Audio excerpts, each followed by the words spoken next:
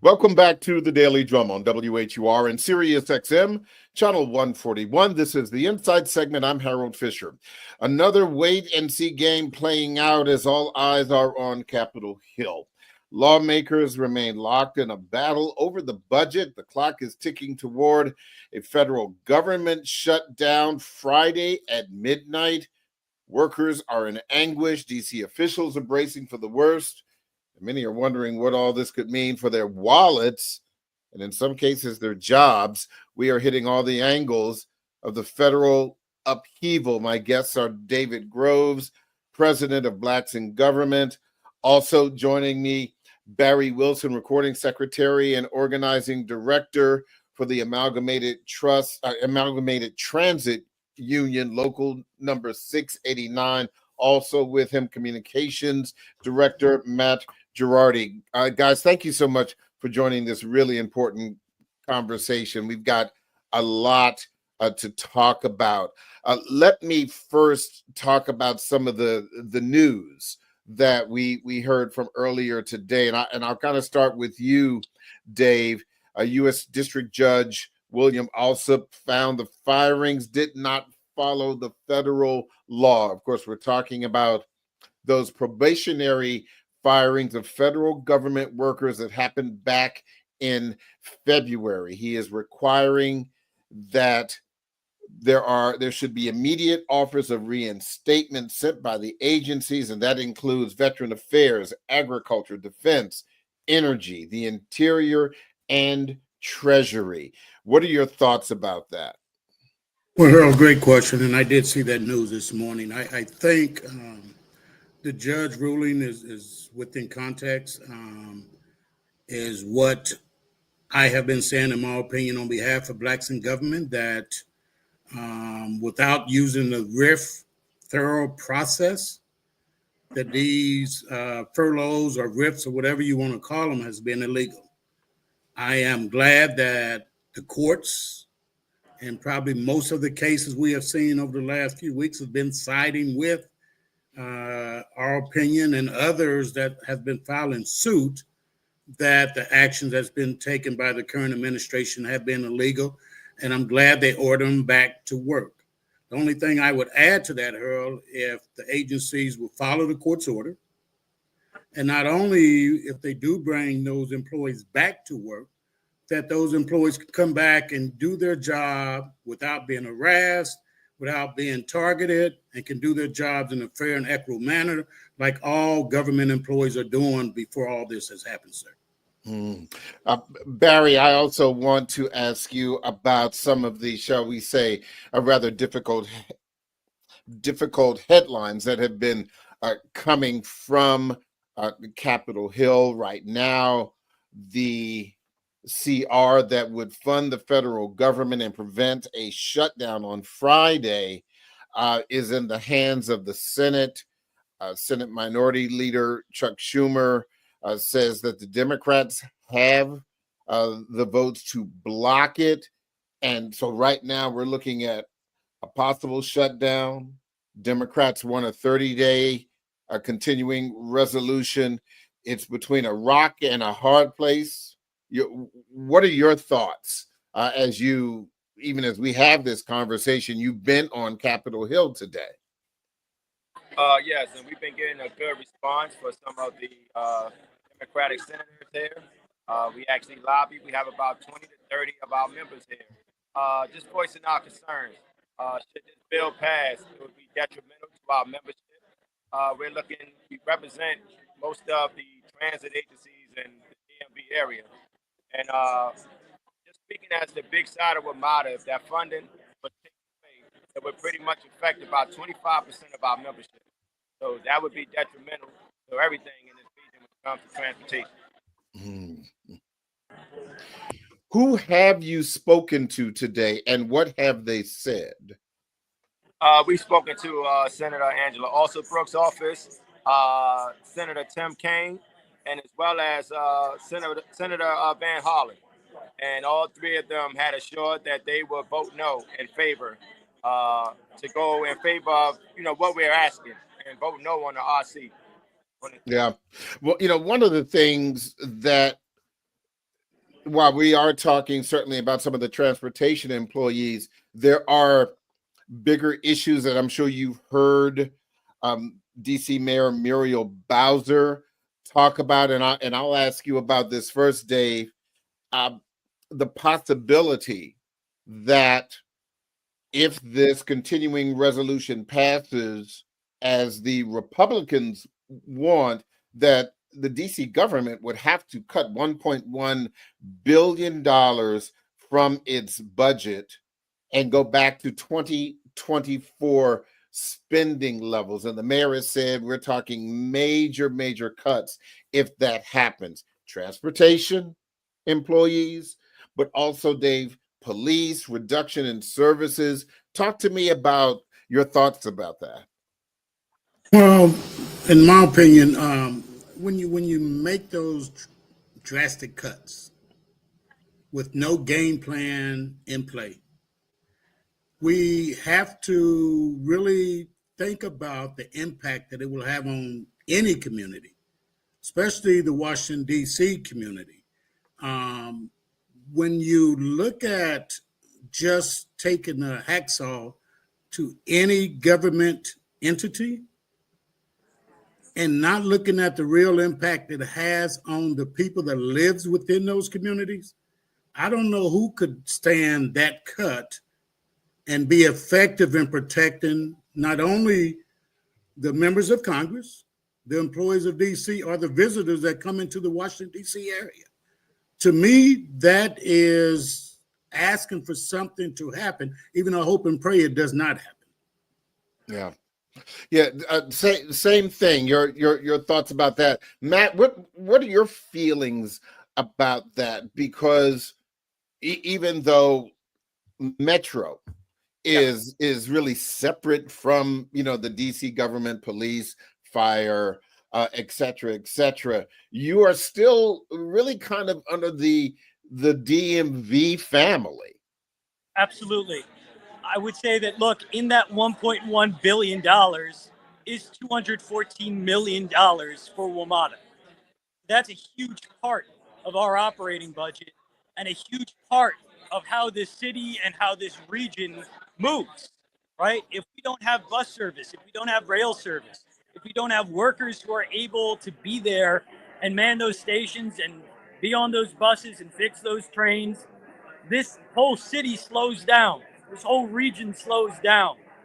I'll add as well, look, we're a union of blue collar folks. They need fully funded public. Nothing wrong with the blue collar folks now. Fully funded public schools. We need safe streets.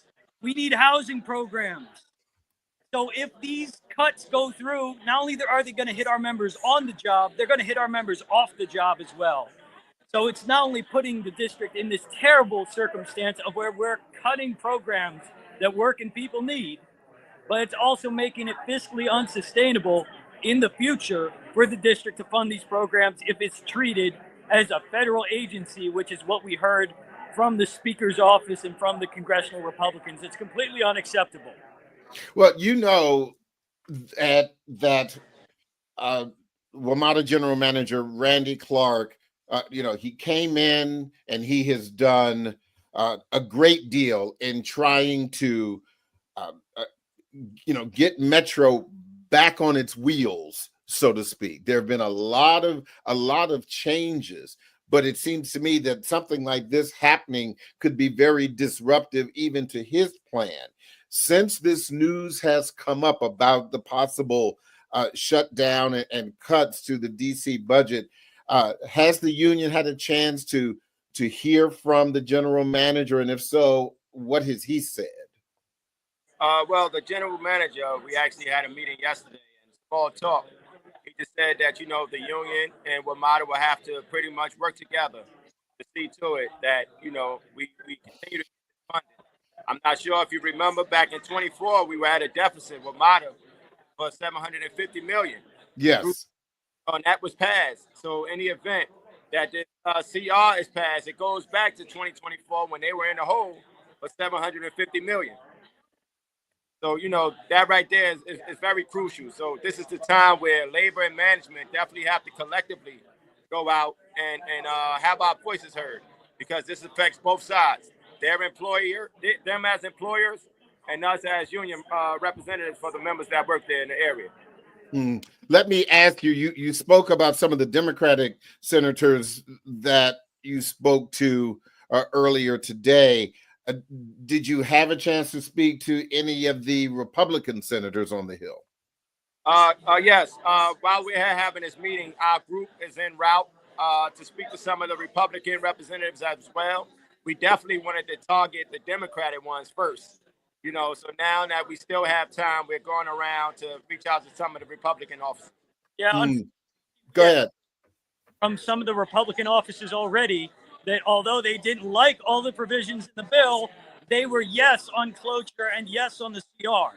So we wanted to make sure that we got to a point in where we were slowing this process down and ensuring that we're not pushing through this extremely radical and destructive proposal that would otherwise be coming down the pike.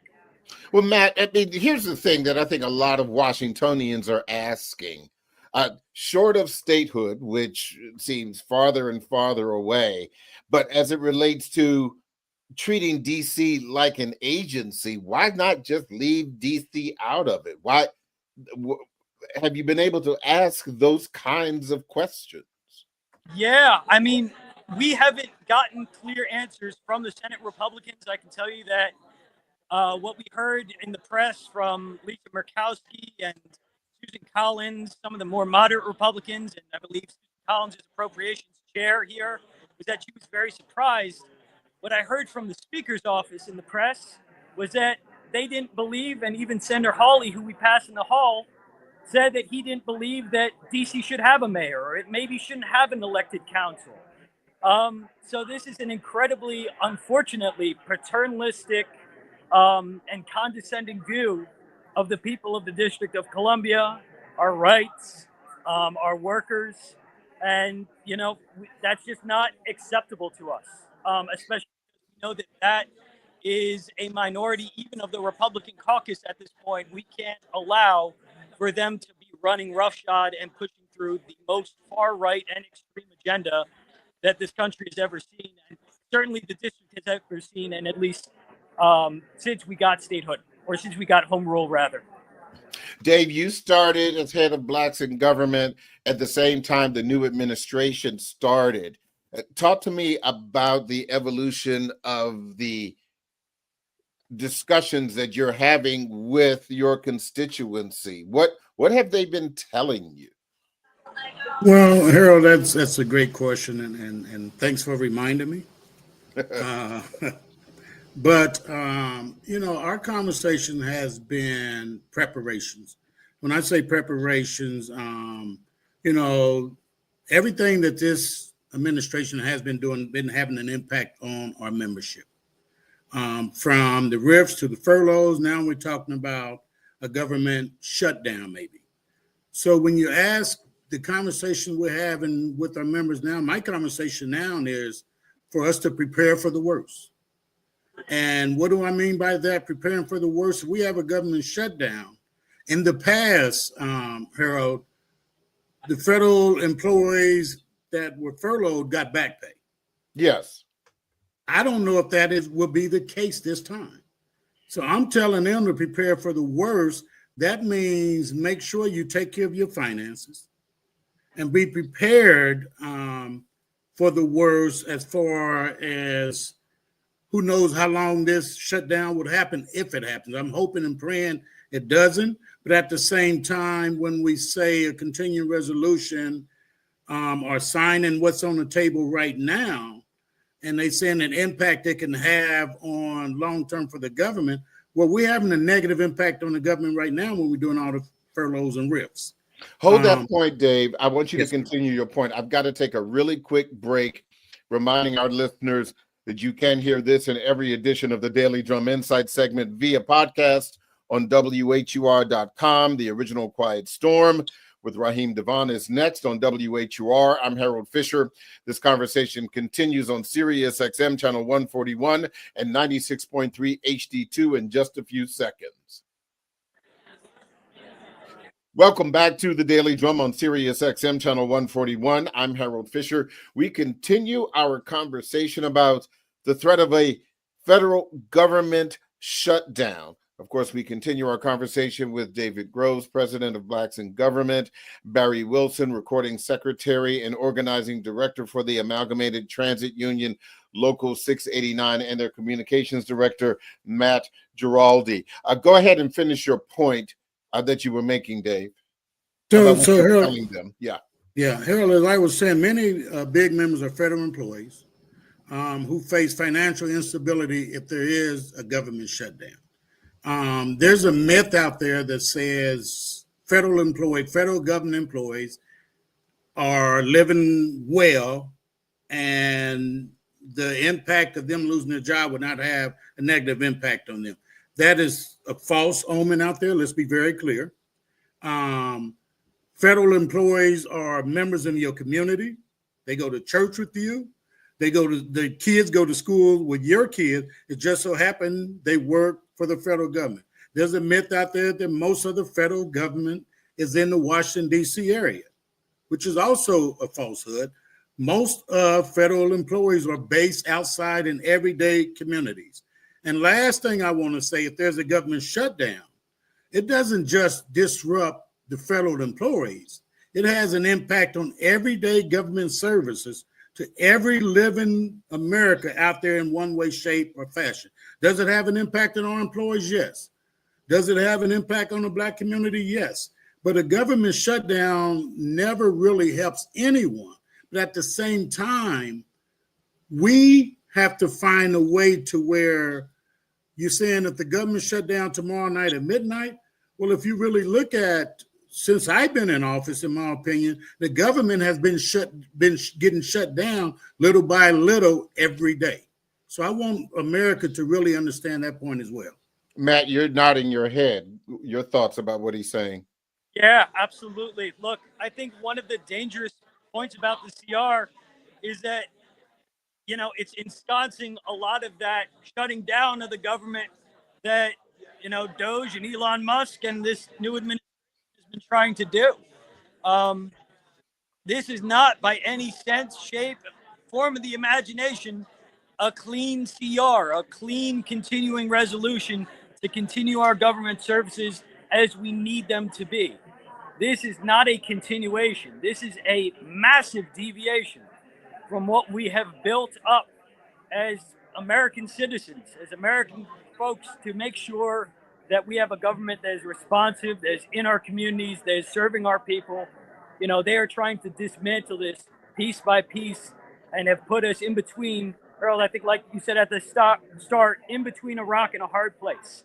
What we need to make clear, and what I think the congressional Republicans bear the brunt of, is that they're trying to say that if the Democrats vote no on the CR, then they're responsible for shutting down the government, when they've been chipping away at effectively the effectiveness of this government and of the employees, not only us in DC, but all around the country.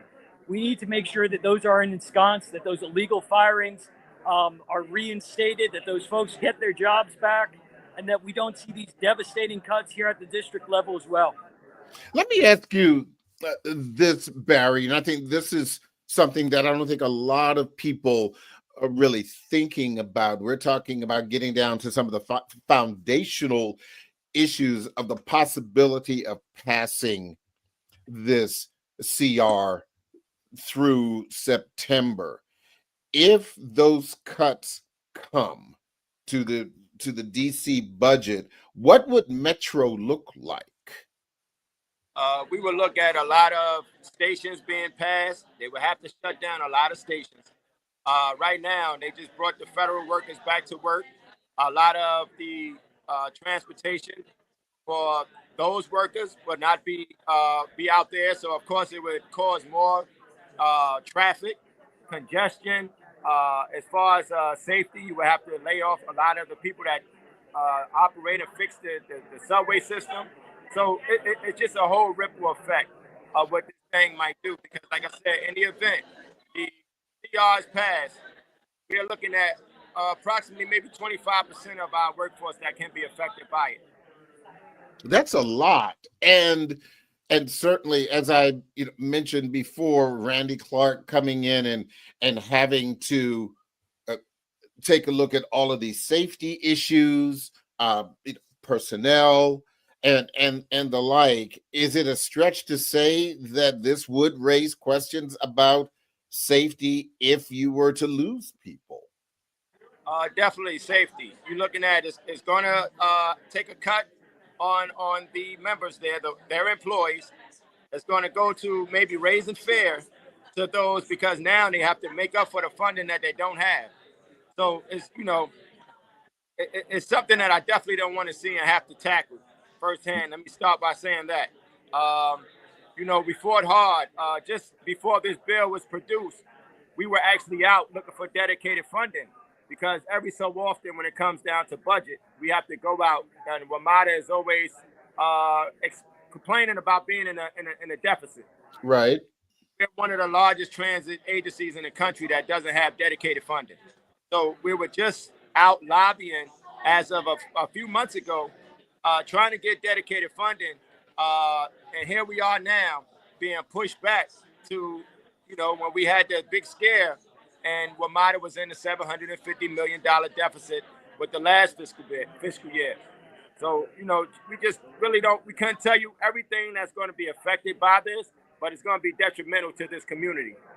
Matt, how is the union? What is the union telling workers in preparation for the worst? I know David spoke about Blacks in government. What kind of conversations is the union having in the worst case scenario? Yeah, I mean, as of right now, our focus has been on making sure that the worst case scenario isn't the scenario of tomorrow. We are getting as many people as we can up to Capitol Hill today. This has been moving so fast, to be honest with you, that I am not certain what it would look like in terms of layoffs, in terms of rollbacks. You asked about safety. We're only starting to get an idea of what that would look like. So our first and main priority has been getting folks up, calling their senators and their representatives if they're not able to come up to Capitol Hill, coming up to Capitol Hill if they have a few hours, an hour, if they have a lunch break, to get up here to make sure that folks know that this is unacceptable. The best emergency preparedness is emergency prevention. That's what we're trying to do right now. Are you encouraging them to come tomorrow if there's no movement today? That's the plan. Good. Well, I'm not going to keep you guys because I know that you are continuing with your lobbying efforts, but I really appreciate your time. It's a very, very important action that you're doing to try to, lobby and help the DC government keep its current funding levels. So Barry Wilson, Matt Girardi, I'm going to let you guys go. We are going to continue this conversation with David Groves. But gentlemen, thank you so much and be safe. I appreciate it. Thanks for having us. Sure thing. David, you remember the last shutdowns that were had a couple of few years ago, and I, correct me if I'm wrong, but that really big one was about what, a month and a half, 35 days. 35 days. Yeah, thank you. I'm sure there was some anxiety and the like then. What are you hearing from your constituents now? Well, again, the main thing right now is, we were accustomed to, when there was a furlough, almost certain that we were going to get back pay. We were not outside things that's going on today. We had individuals that within our organization we can lean on, during that time for whatever the reason. Now everybody's leaning on each other because no matter what's going on with the government, you're impacted in some way, shape, or form. whether that's been terminated, ripped, furloughed, worried about a shutdown, going to work every day stressed out? Are you going to be the one getting called and say, you can go home in 2 hours because we have no job for you anymore? Or you being at one of the agencies saying, make sure you're out of the building by 6 o'clock and don't come to work tomorrow, as they did with the Department of Education. So Yeah. we are all in a stressed out situation. What I tell my members is this: best thing we can do for Blacks in government members is go to work every day with your chest out, your head held high, and continue to do what you can do, and continue to do what you've been doing, despite the naysayers out there to talk about government employees is going to work every day, not putting in a good day's work for a good pay. You know, as a former government employee with over 43 years of federal government service, that bothers me. And I'm retired, even though I'm the president of Blacks in Government. But imagine going to work every day and someone is challenging your work ethic, your mission to the federal government. Most federal government employees that work for the federal government probably can make more money on the outside for doing that same job. They chose to do this to give back to their communities and make sure that our communities are strong and getting the benefits or the health care, whatever they need. That's why we show up every day.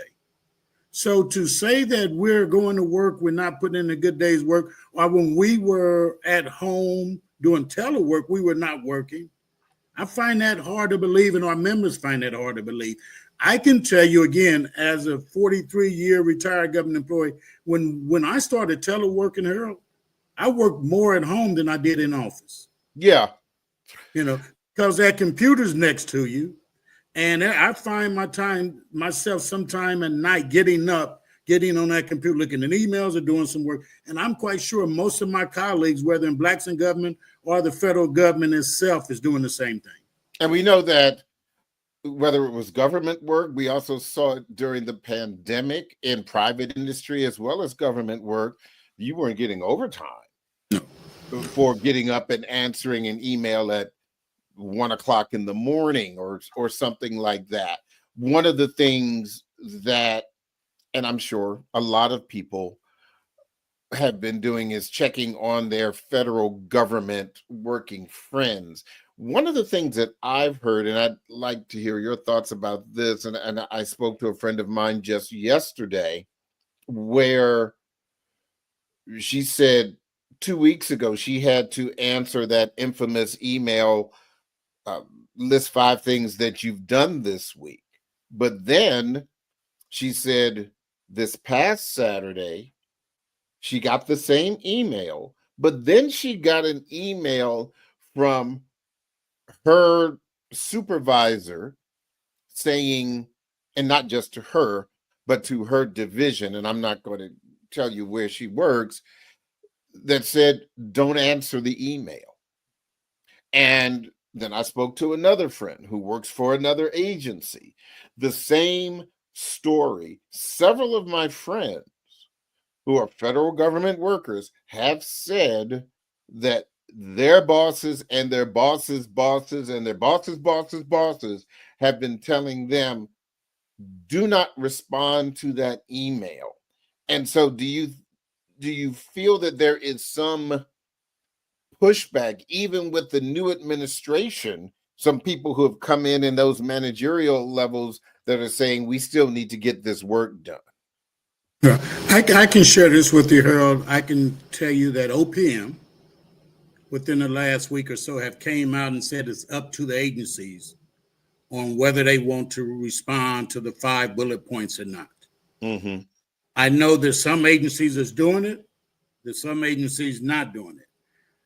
I would say for the agencies that are doing it, you know, we're taking time out of our schedule, whether it's at the VA to take care of our veterans, whether it's at HUD to take care of the people out there needing housing issues, whether it's at TSA who should be doing spending time screening individuals coming through the airport, air traffic controllers that may be making sure our planes land well.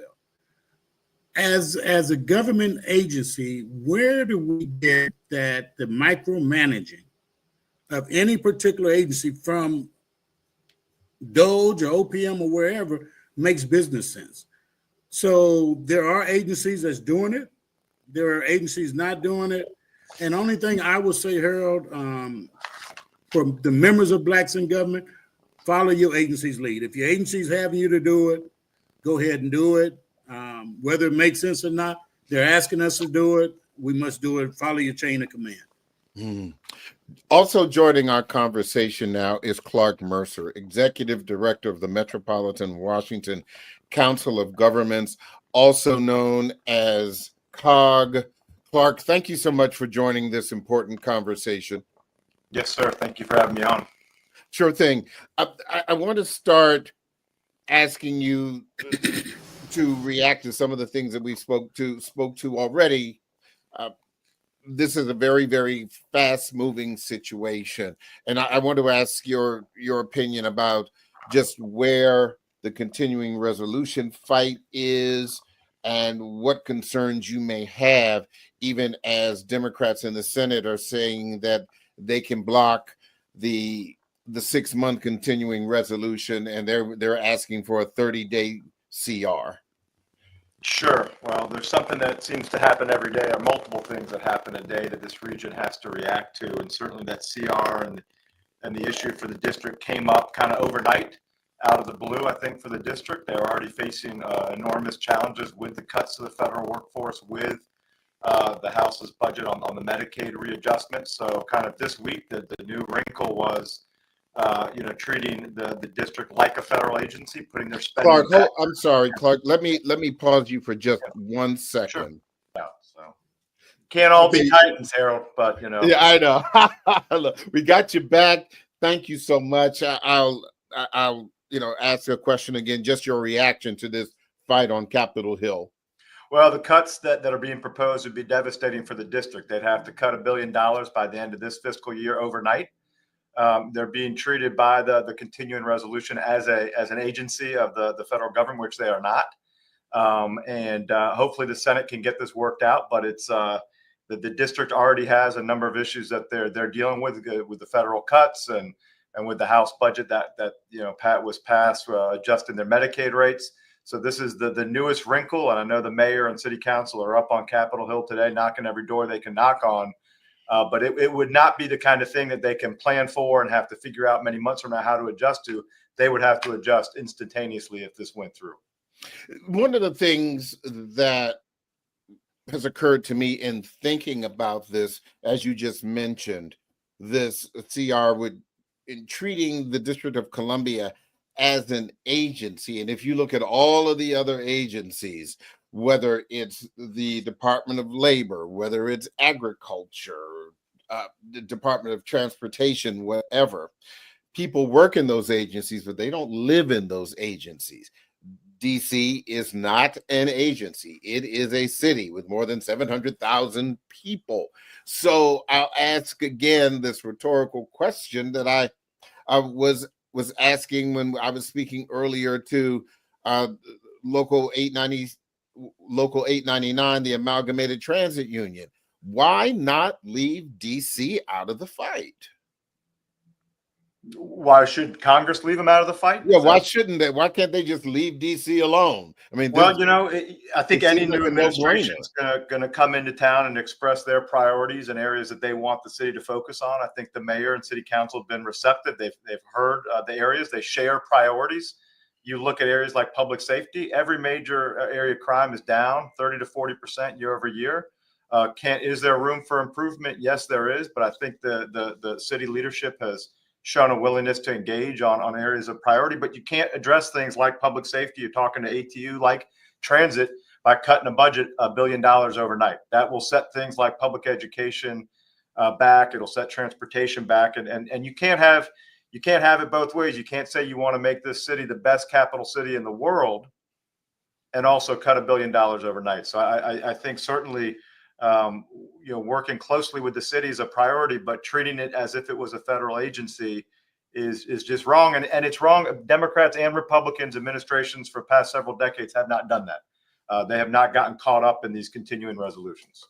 What concerns do you have if the 6-month CR passes, not for the District of Columbia, but for those other governments around in the DMV? I'm sure there would have to be a spillover effect.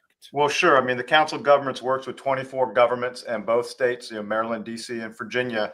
And look, we have just under 700,000 residents of Virginia, Maryland, and DC that work full-time for the federal government. 320,000 Virginians work full-time for the federal government. It's 10% of the workforce. 302,000 Marylanders, that's 13% of the workforce. And over 20% of the workforce in the District of Columbia, 63,000 district residents. And so this is not just a DC issue. This is not just a DMV issue. This hurts the state budgets in Annapolis and in Richmond. There are any number of issues that Congress is considering, cuts to Medicaid. There's a trigger law in Virginia that if you change the amount the feds are spending by a penny, that Medicaid expansion population goes away. That's 700,000 Virginians that would lose access to health care. State agencies, our Department of Social Services in Virginia, Department of Health, over 40% of those agencies are funded with federal dollars. So our message at the Council of Governments, this is not just a district or DMV issue. This is disproportionately impacting Maryland, Virginia, and DC and the economies. And we haven't even started talking about the contractors and folks whose jobs are dependent on serving federal workers in this region. For every good paying job you have, that's what helps support folks that are serving coffee or training you at the gym or, dry cleaners. And there's a trickle down effect when you start cutting this many good paying jobs in the region. Clark, I think you just hit on a really important point, but COG is a non-political entity, and yet this is a political fight.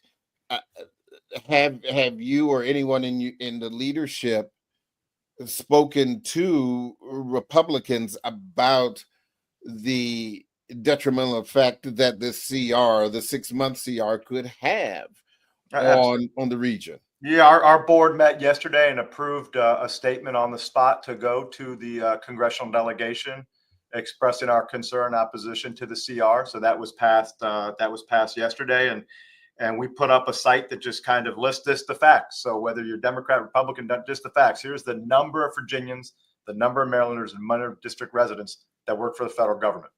And other groups are game planning out if there's a 10% cut or 20 or 50. I mean, DOJ has called on a 75% cut to the federal government workforce. That is say that again, Clark, about DOJ, because you broke up just. Hold on, you broke up just a little bit. I didn't catch the piece about DOJ. The only number that has been put on the table early on was a 75%. Hold on 1 second. Hold on 1 second, please. Okay, we got you back. There was a little bit of a breakup there.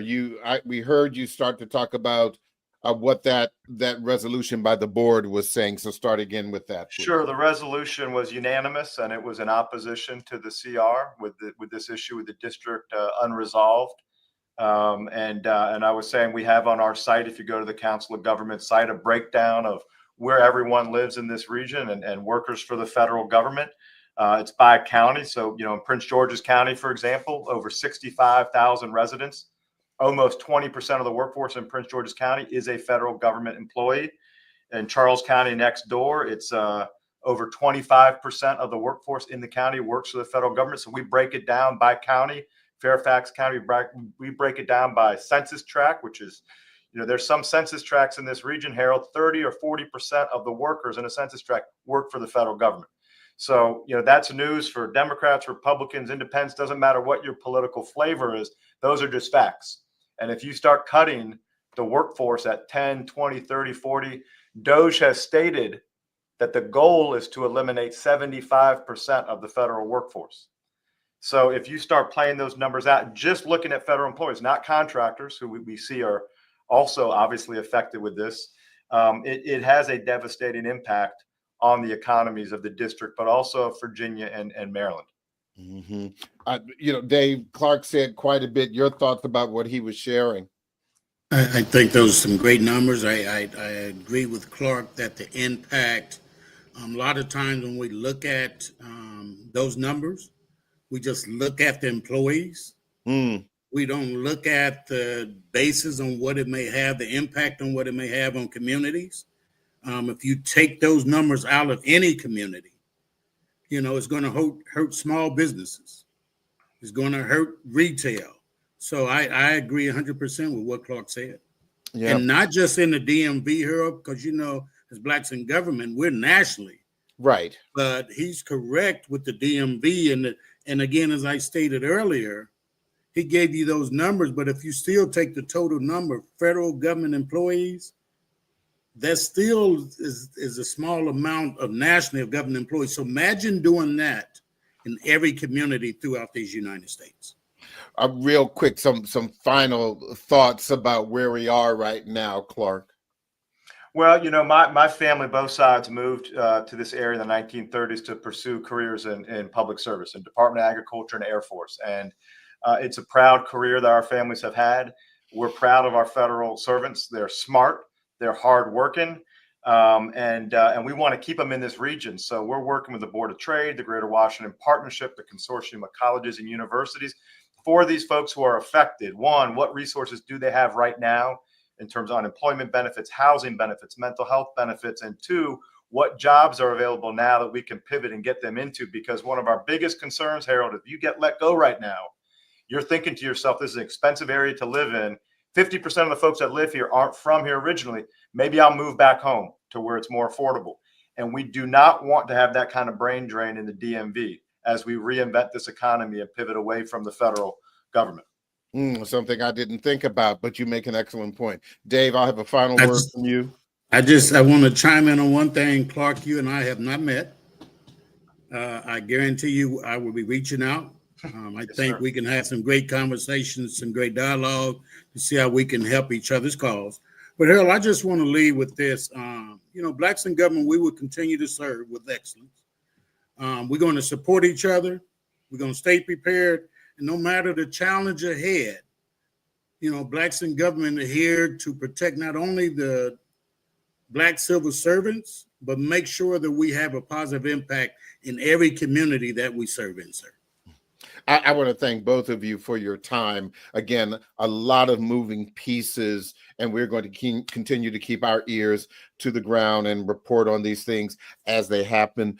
David Groves, Clark Mercer. Also, we want to thank those representatives who were on earlier from the Amalgamated Transit Union, local number 689. That is the Daily Drum for this Thursday, March 13th. I'm Harold Fisher.